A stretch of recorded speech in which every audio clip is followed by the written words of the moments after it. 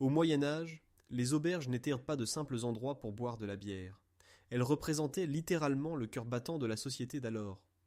Déjà à cette époque, il était vrai que là où les gens se réunissent autour d'un pichet, on échange des nouvelles, on conclut des affaires, et des histoires naissent.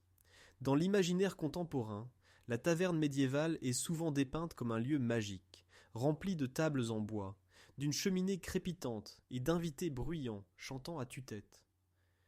Mais quelle était la réalité? À quoi ressemblait vraiment la vie quotidienne d'un aubergiste au Moyen Âge? Et à quoi devait-il faire face? Dans cette vidéo, vous apprendrez quelles étaient les tâches de l'aubergiste médiéval du matin au soir, quels clients il servait, comment il devait maintenir l'ordre et une bonne bière, et pourquoi les tavernes se retrouvaient parfois sur le pilori des moralistes médiévaux. Transportons-nous donc plusieurs siècles en arrière, et jetons un œil derrière les portes d'une auberge médiévale, où l'aubergiste nous attend déjà. Un homme aux nombreux rôles. L'auberge médiévale, ou taverne, était bien plus qu'un simple débit de boissons alcoolisées. Elle jouait un rôle social, économique et culturel dans la vie quotidienne des gens. On la trouvait dans les villages comme dans les villes animées de toute l'Europe. Dans les villages, elle était souvent la seule maison publique où les voisins pouvaient se réunir après une journée de dur labeur. Dans les plus petites localités, l'auberge était généralement gérée par un paysan local ou un artisan qui avait reçu l'autorisation de la seigneurie de servir de la bière ou du vin. En revanche, en ville, il existait des dizaines de tavernes de différents niveaux, des simples débits de boissons aux auberges réputées pour les voyageurs aisés. Dès le XIIIe siècle, les chroniqueurs mentionnent que presque chaque village avait son alehouse ou brasserie, où les habitants allaient pour une bière ou deux. Les auberges médiévales servaient à la fois les habitués locaux ainsi que les pèlerins et commerçants de passage. De ce fait, elles constituaient des carrefours d'information.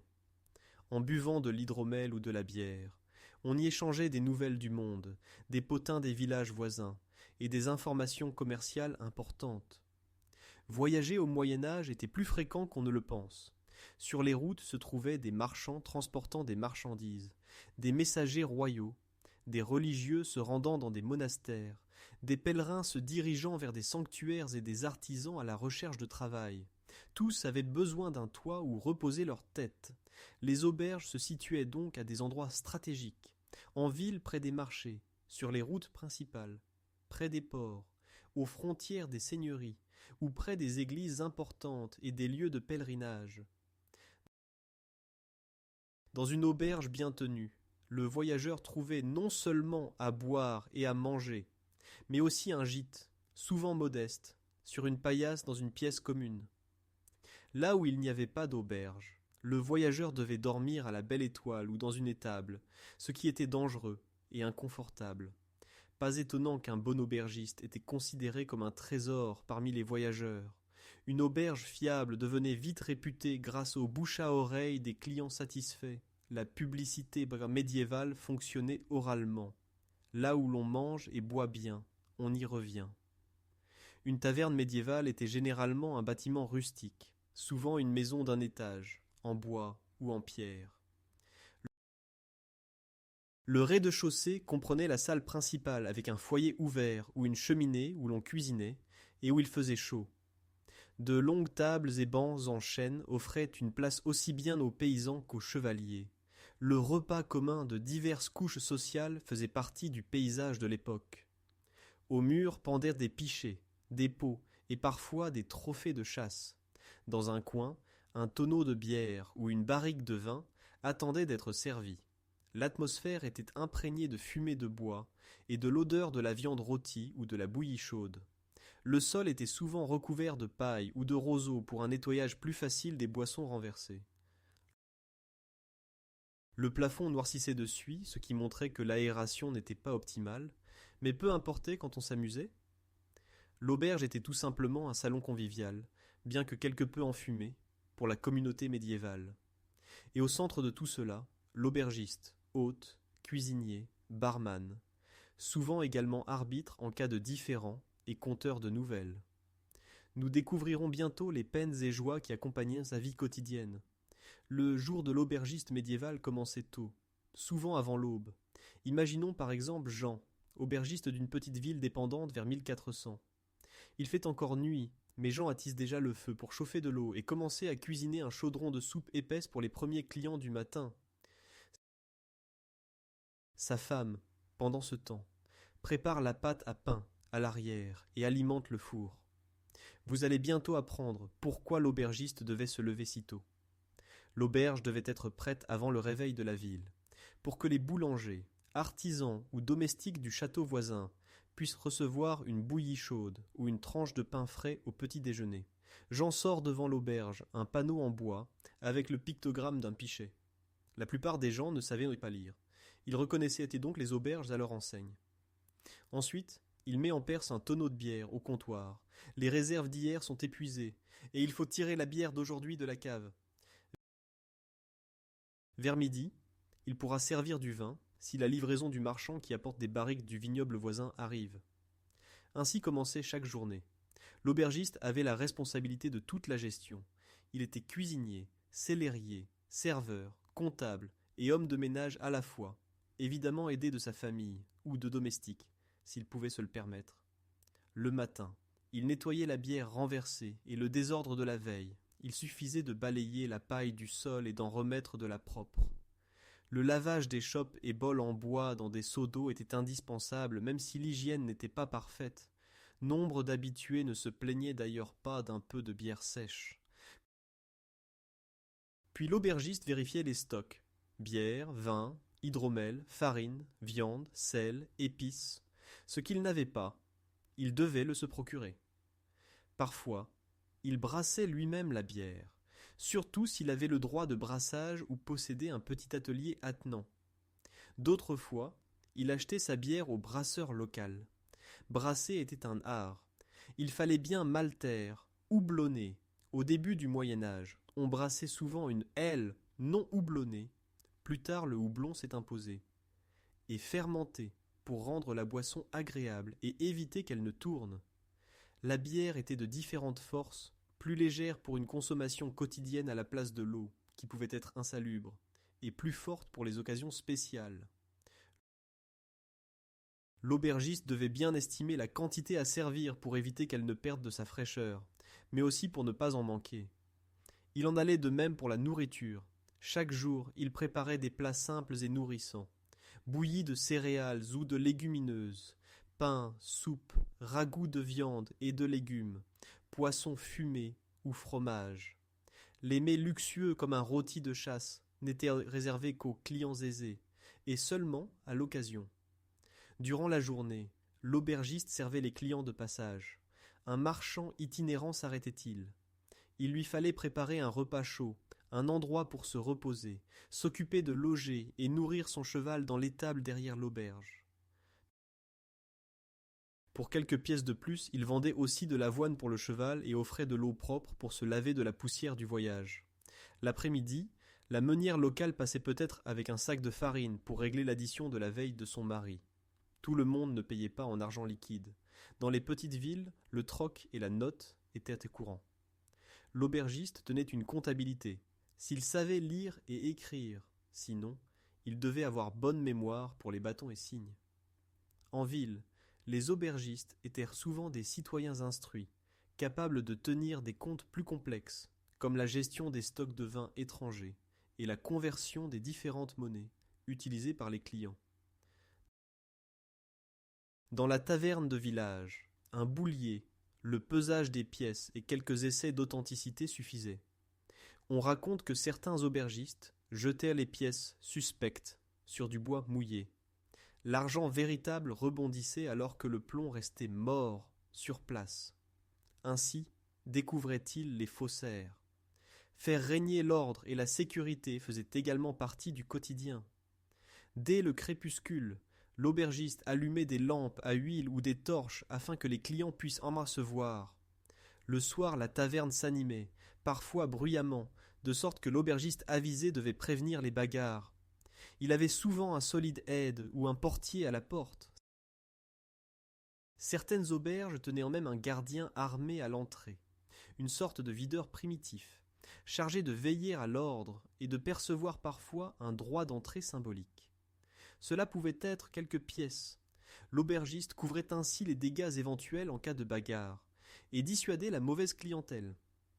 La pièce ainsi perçue était testée sur le champ, le plus souvent comme mentionné, par un jet sur une surface dure pour voir si elle rebondissait. La nuit à l'auberge ne s'achevait qu'après minuit passé, lorsque le dernier ivrogne chantant rentrait dans la nuit. L'aubergiste fermait, aidait sa femme à ranger le pire du désordre, éteignait le feu et les lampes, puis, après quelques heures de sommeil, tout recommençait le lendemain. Il n'est pas surprenant que le travail d'aubergiste ait été épuisant. Il requérait de la force physique, de la ruse et des nerfs d'acier. Mais nous verrons bientôt aussi les bons côtés, car l'auberge n'était pas seulement labeur, mais aussi centre de divertissement et de vie sociale. Dès la tombée de la nuit, l'auberge s'animait d'une société bigarrée. À une longue table dans un coin s'assied déjà un groupe d'artisans, par exemple un forgeron, un charpentier et quelques compagnons, célébrant bruyamment la fin d'un gros chantier. Devant eux, des pichets de bière, ils chantent une chanson populaire, battant le rythme du poing sur la table. Près de la cheminée, sur un banc, repose un moine de passage. Il a retiré ses sandales poussiéreuses et réchauffe ses pieds au feu. Il sirote une soupe chaude, écoute les plaisanteries locales et partage ses propres histoires de voyage. Dans l'angle près de la porte, deux marchands, leurs habits chers révèlent une clientèle aisée, se crispent sur une partie de dés. Il semble que l'un d'eux n'ait pas de chance et perde sa bourse. À côté, quelques soldats de la garnison rient, buvant du vin dans des gobelets en métal, attendant de voir l'issue du jeu. Parmi les clients, l'aubergiste ou sa femme circulent avec les plats. Ici, ils posent un poisson fumé et du pain. Là, ils remplissent une chope. Parfois, ils courent jeter une bûche au feu ou agitent la cuillère en bois sur des apprentis turbulents qui commencent à se chamailler. Dans l'air flotte l'odeur de fumée, de sueur, de bière et d'épices, un mélange indissociable de la joyeuse taverne. La taverne médiévale typique servait en effet de salon public. S'y rassemblaient gens de toutes conditions, du paysan aux artisans mentionnés jusqu'aux marchands qui passèrent la nuit en ville. Même la petite noblesse ou des chevaliers s'arrêtaient parfois à l'auberge urbaine, s'il n'y avait pas d'autre hébergement. Toutefois, les riches seigneurs fréquentaient leurs établissements de prédilection, avec salle privée et meilleur vin. La taverne courante était plutôt populaire. On buvait surtout de la bière au nord de l'Europe et du vin dans les régions méridionales. Les voyageurs internationaux goûtaient aux deux. Il y avait aussi de l'hydromel ou diverses liqueurs aux herbes, pour le goût et contre les maux. Les boissons d'alors étaient moins alcoolisées que nos eaux de vie, et l'on buvait ainsi jusque tard dans la nuit. Les repas se prenaient en commun, plusieurs personnes dans un même plat, chacun avec sa cuillère et son couteau en bois. Le pain servait souvent d'assiette, tranche de pain, laquelle absorbait les sauces et finissait mangée ou donnée aux chiens. Les auberges étaient aussi un centre de loisirs et de culture populaire. On y chantait fréquemment, ballades populaires autour d'un verre ou chansons apprises de troubadours de passage. Parfois, un poète, musicien ou jongleur passait, surtout lors de la foire ou de la fête paroissiale, moment où l'auberge était pleine. L'aubergiste accueillait ce genre d'artiste avec joie. Il attirait un public et augmentait la consommation. On lui payait alors au chapeau, ou en le nourrissant et logeant. On s'y racontait des histoires et des nouvelles. L'issue d'une bataille aux frontières du royaume. Les nouveautés de la cour royale. Les dernières modes des grandes villes. Pour bien des gens simples, l'auberge était la seule source d'information du monde extérieur. Elle fonctionnait un peu comme un réseau social médiéval. Les nouvelles voyagèrent des marchands et voyageurs aux gens du cru, puis plus loin. Quand un pèlerin revenait d'un sanctuaire ou un marin d'un pays lointain, tous buvaient à ses paroles. Les auberges contribuaient ainsi à propager la culture, la langue et de nouvelles idées, y compris réformatrices. Les chroniques notent que les Husidotcheks débattaient volontiers, de la foi autour d'une chope. Bien entendu, le divertissement tavernier avait ses limites. La plupart des aubergistes veillaient à ce que les convives s'amusent, sans dépasser certaines bornes de décence. Ce n'était néanmoins pas toujours réussi. Là où l'on boit, des ennuis éclatent parfois. Vous allez bientôt découvrir la face sombre des auberges médiévales, les bagarres, les jeux d'argent et la mauvaise réputation qui collait aux tavernes. Les auberges médiévales, bien qu'étant le centre de la société, étaient également considérées par l'Église et par la bourgeoisie comme des foyers du péché. Ivrognerie, jeux d'argent, rixes, voire conduite dissolue, selon les moralistes de l'époque, tout cela naissait autour du pichet. Les dés, les cartes, dès leur invention au XIVe siècle, où les paris sur tout et rien étaient des amusements populaires mais souvent source de disputes. Bien des chroniques relatent la scène de deux jeunes se querellant pour une pièce perdue, lançant une chope de rage, d'un récipient cassé à un échange de coups de poing. Il n'y avait qu'un pas, et si l'on portait une dague, parfois coulait autre chose que de la bière. Les bagarres n'étaient pas rares. Pour l'aubergiste, ce fut un moment périlleux.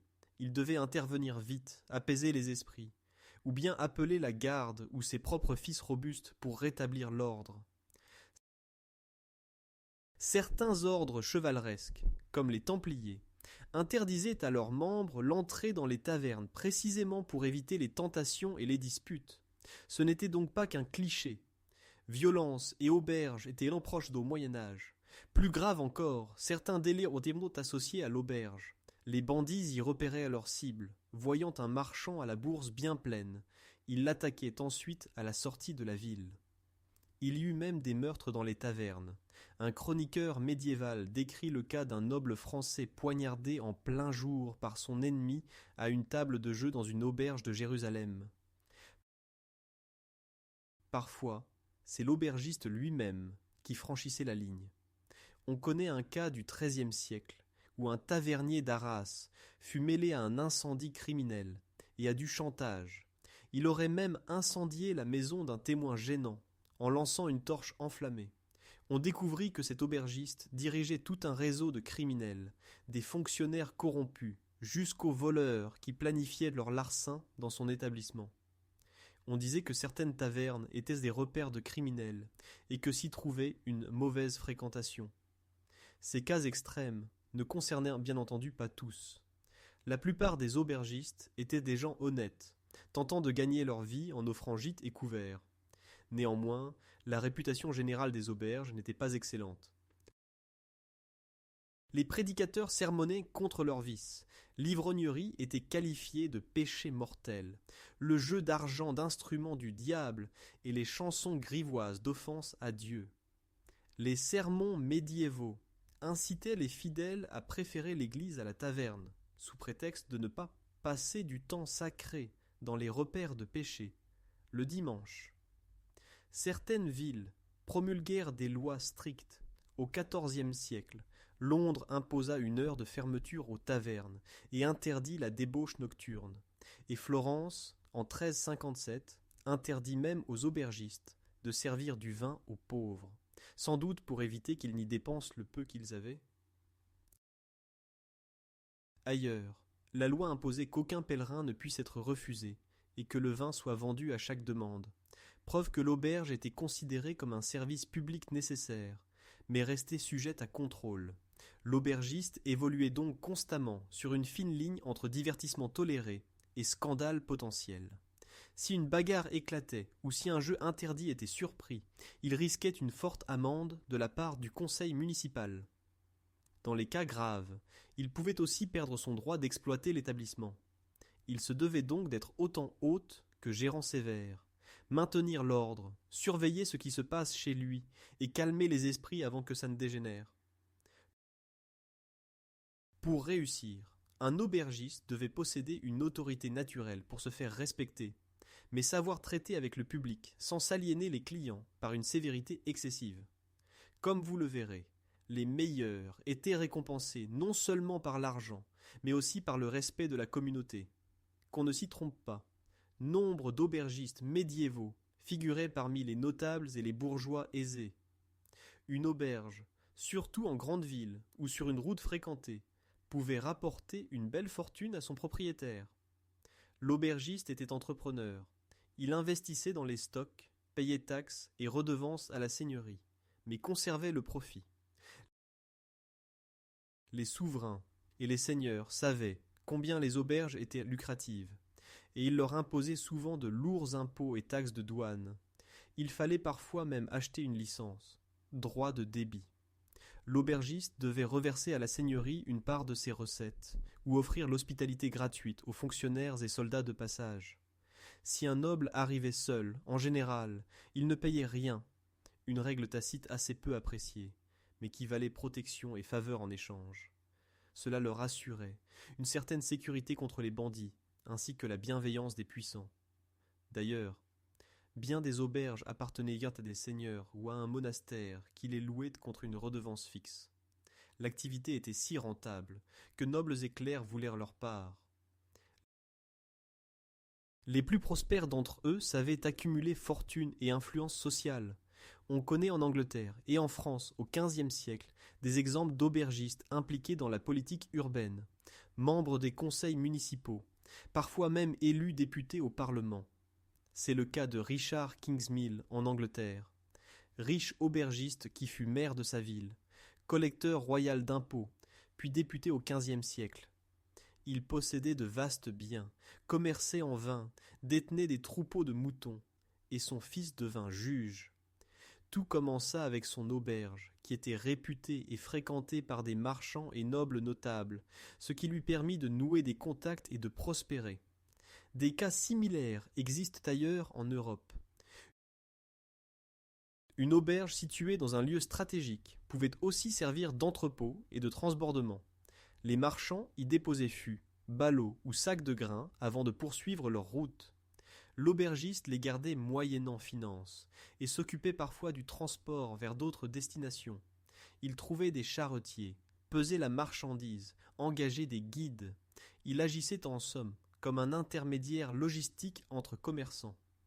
Ses services exigeaient espace et capital. Seules des personnes fortunées, souvent commerçants ou nobles expérimentés, pouvaient donc gérer ce genre d'auberge. Pour l'aubergiste bourgeois ordinaire, la principale source de revenus restait cependant les consommations quotidiennes.